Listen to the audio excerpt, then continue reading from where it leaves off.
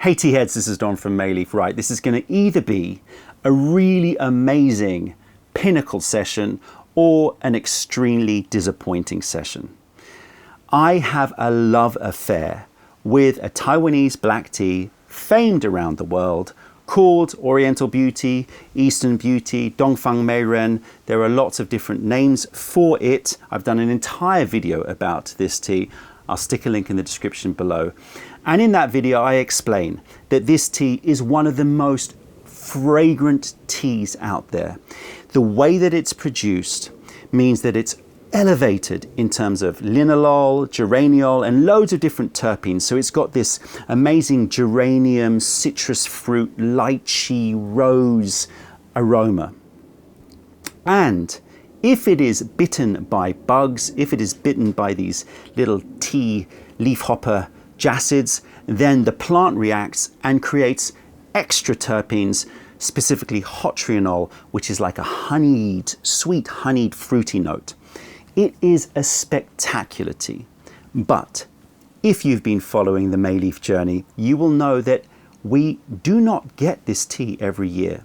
The reason is because I am so in love with this tea that if it is not hitting on all of those high notes, I do not buy it. It's a very expensive tea, and I do not want to offer it unless it really gives you what you're looking for, or gives me what I'm looking for.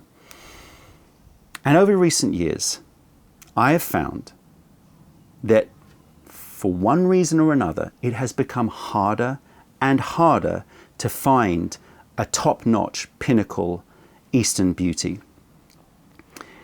Already it was difficult 10 years ago, and I don't know why, but over recent years it's just been driving me mad.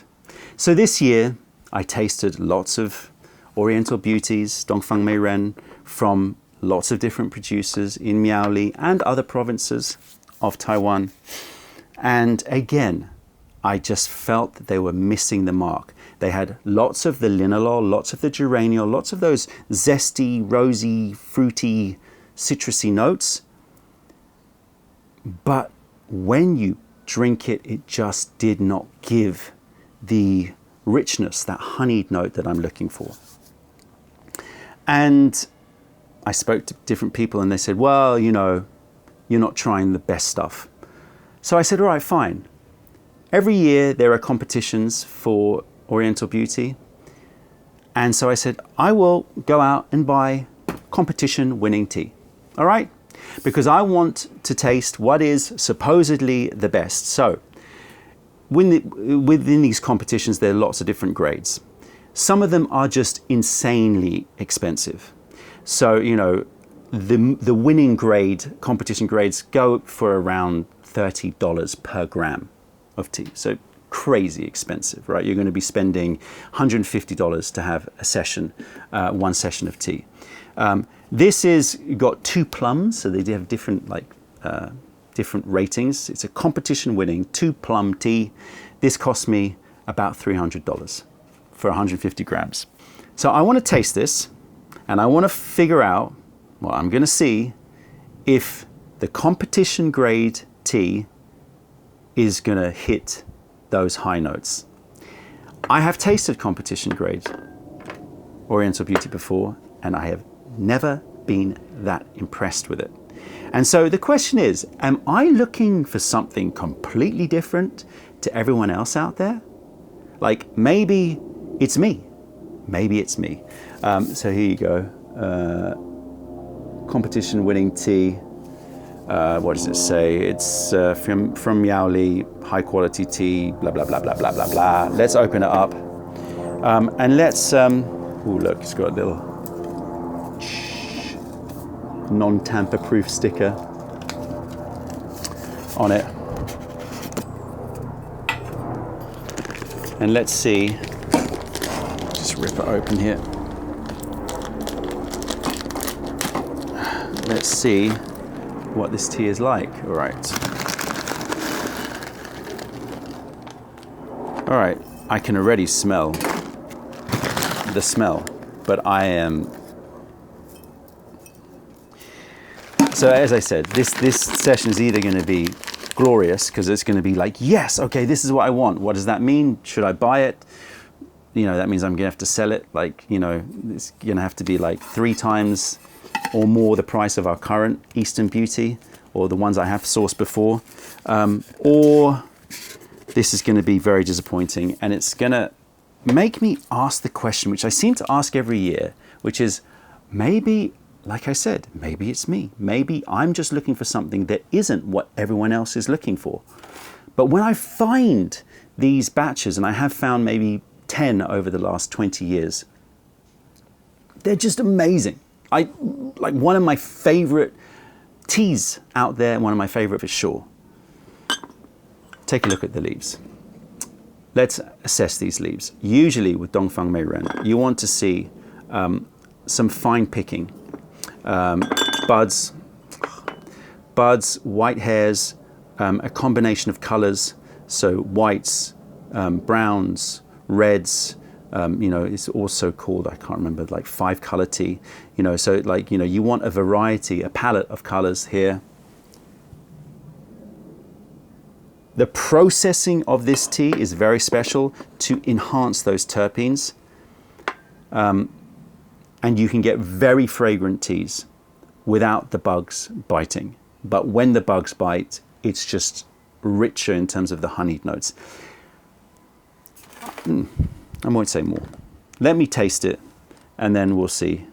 Because I have very clear criticisms of the recent teas out there, but I don't want to prejudge. So I'm brewing in this silver pot here, which came and went. So if you missed this on the website, it came, they went. I am getting more in, so keep an eye out. Go to the website, click on the notification button so that when they come back in, you are ready, because they will go very, very quickly. Right, silver pot, beautiful, beautiful pot. Supercharges the tea. It just makes for a very, very rich extraction that doesn't affect the tea like clay does in terms of like softening it or rounding it, but just makes everything really bright and rich. And yeah, I do really enjoy this pot. You can read about it. I'm not going to talk about this pot. Now I'm brewing with 95-degree water, so just off boiling. Give the cat a little rinse. Okay. So what am I looking for? I'm looking for intense aromatics, flowers, fruits, potentially some honey notes. And I don't think that it's going to disappoint, because such a high-grade competition-winning tea should have that, no question. All right.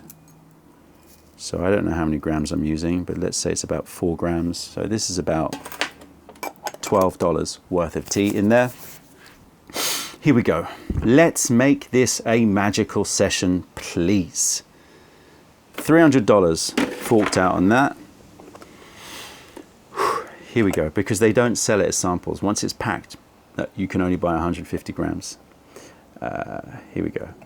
Oh, sorry, this makes it $2 per gram. Is that right? Yeah, $300 for 150 grams, $2 per gram. Yeah. Here we go. Okay, yeah, I mean, it's got the notes. It's actually deeper, which gives me some hope. Because a lot of times when you smell Dongfang Meiren, it gives you those bright citronella, citrus notes.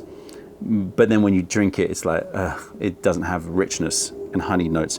This has deep forest honey combined with zest, rose, geranium, citronella. Yeah, it does have a distinctively different, deeper quality to it. So maybe that's what the competition winning tea, that's what the judges are looking for. All right. Quick rinse.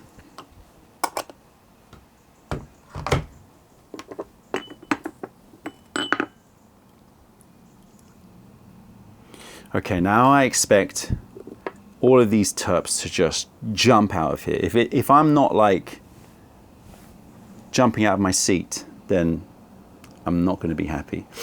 Here we go.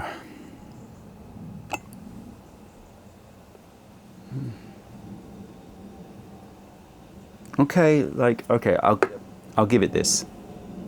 It's got, again, a deeper, richer quality compared to a lot of Dongfang Meirans out there. Peach, rose, lychee, longan, honeys. Not so much of the very zesty note though. And again, I actually prefer that, because it means that this is something different. And as it cools down, more of the zestiness comes out. Yeah, citrus notes.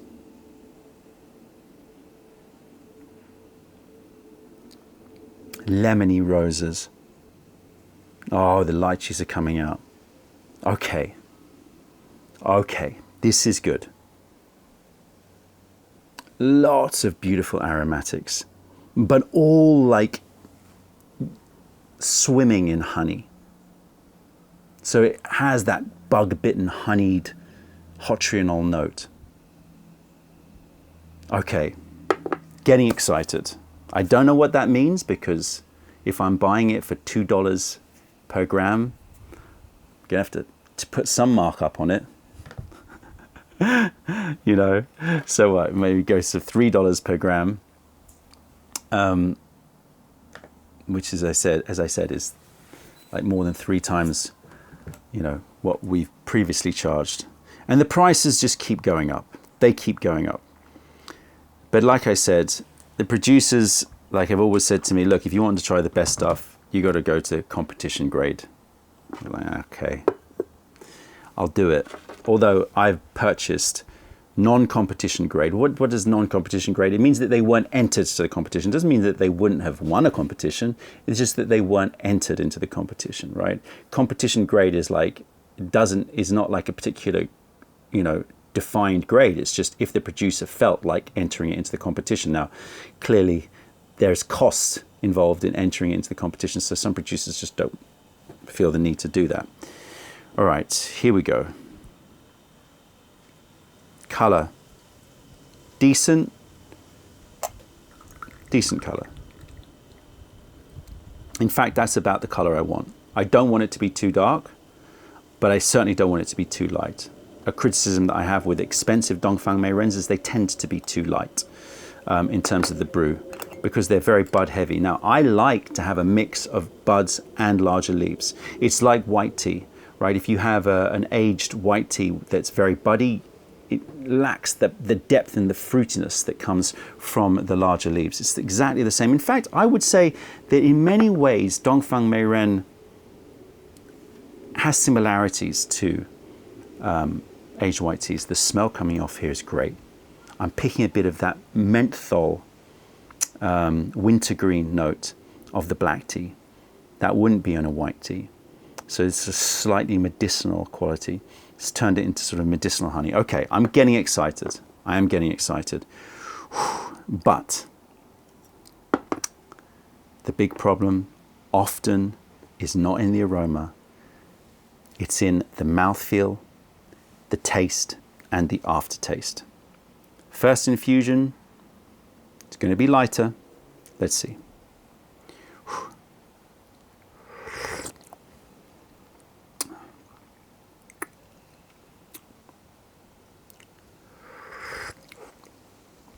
Because these leaves are not rolled heavily, they're not broken, they take a bit more extracting. Texture on this is medium. I would want it to be thicker. For a competition winning tea, I didn't brew it that short, and it's being brewed in silver, which has got very high heat retention, but also high heat conductivity. And so it really like brews strong teas usually.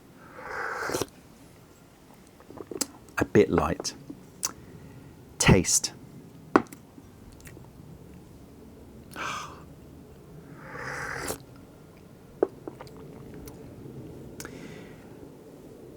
Breathe out through your nose. Little marzipan note, the lychee, the rose. It's there. Great. Not as amped up as I would want it to be compared to the aroma, which is just singing out of this Kyushu pot, whatever you want to call it. Really rich, but has it translated in the liquor? It's definitely dialed down a lot. And I know that that doesn't have to be the case. I know from the previous batches that I've selected and purchased that you can get incredible aromatics from the liquor. Yeah, it's not. We'll give it another brew. But my criticisms are texture, too light. Aromatic profile, too light. Taste, too light. Aftertaste, empty. Within reason. But, you know, too clean. Too...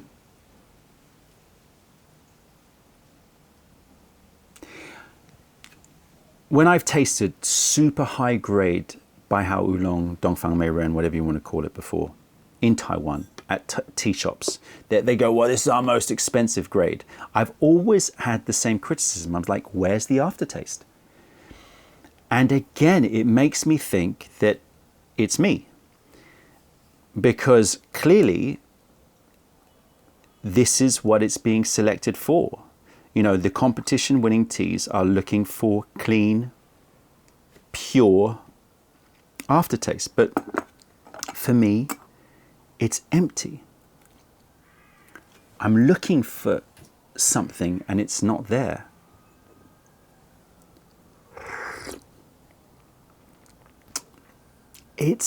I cannot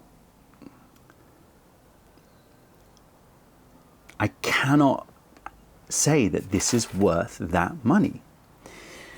All right, let's try second infusion. But I can tell you right now that this is heading into a disappointing session. And it makes me just question what's happening in Taiwan? What's happening with the production? What is it that a set of quality markers have been set up and the producers are moving towards those quality markers and they're just distancing themselves from the quality markers that I'm looking for? In which case, okay, it's your style, you like that. I don't particularly think that that is really showing off the best of this tea, because I know that 10 years ago I could find so much better batches to my taste than this tea here. Or is it that they're using tea plants that are younger? Because that's what it tastes like to me. It tastes like bush tea. It tastes like tea which is young. Don't forget, Taiwan is a small island. They want yield. So they pull up the old trees and they plant new trees because they want the fresh growth. They want that yield. It tastes to me like these tea plants are young. They're underdeveloped. And the producer is just focusing on, let's make the aromatics and let's make it a very pure tasting tea, a very clean tea. They'll throw it under the word elegant. But it tastes underdeveloped in terms of the age of the plant or the processing. One or the other, or potentially both. All right, here we go. Second infusion. I'm picking up more of this, the lychee. I'm picking up more of the rose.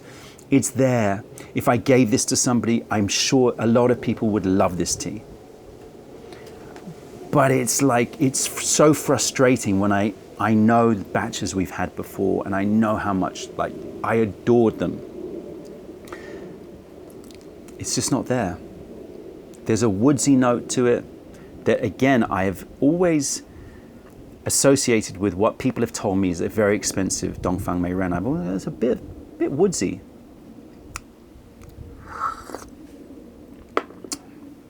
But that's not the main criticism. It's just too light in terms of its texture, taste, and aftertaste. It's sweet. It's fragrant.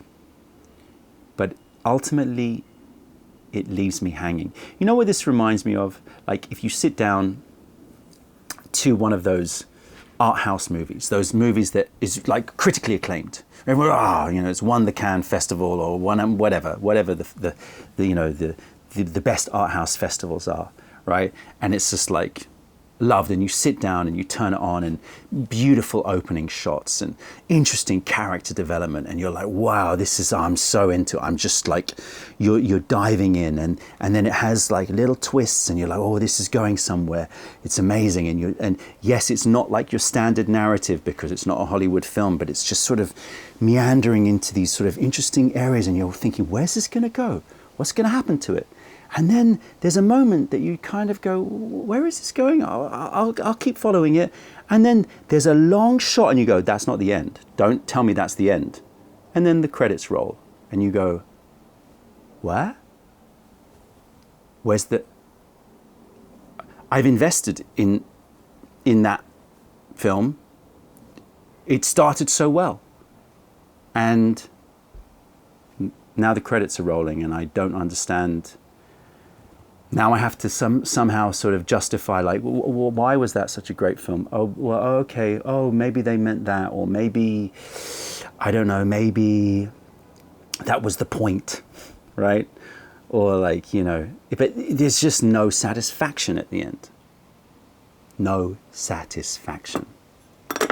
Yes, you can hear the music. I can't get no. And that's how I feel with Dongfang Mei Ren. So $300 on a disappointing session. I kind of expected it. Not even much that I can praise about the empty cup. Yeah, it's fine. It's fine. Bit of lychee, bit of rose. What's going on, Taiwan? Help me out, people. It's confusing me. It's just really, it's bugging me. Why is it that I could find better batches 10, 15 years ago? Is it me? Am I just like applying different quality markers to what everyone else is applying to what they think Dongfang Mei Ren should be? Or is it that the focus has been intentionally shifted towards fragrance and producing tea from younger plants that don't have the richness of experience that gives you richness of experience when you drink it? I would be very happy to hear your thoughts. Have you found some amazing Dongfang Mei Ren out there? Let me know what you're looking for. Teach me where I'm going wrong, because right now it's a real frustration for a tea which, as I said, I have in the past been totally in love with. That's it, tea heads. Check out our other videos, taste our teas wherever you're in the world by browsing mayleaf.com, and come visit us if you're ever in London. Other than that, I'm Don from Mayleaf. Thank you for being part of the revelation of true tea. Stay away from the tea bags. Keep drinking the great stuff, but not the overhyped stuff, and spread the word, because nobody deserves bad tea. Bye.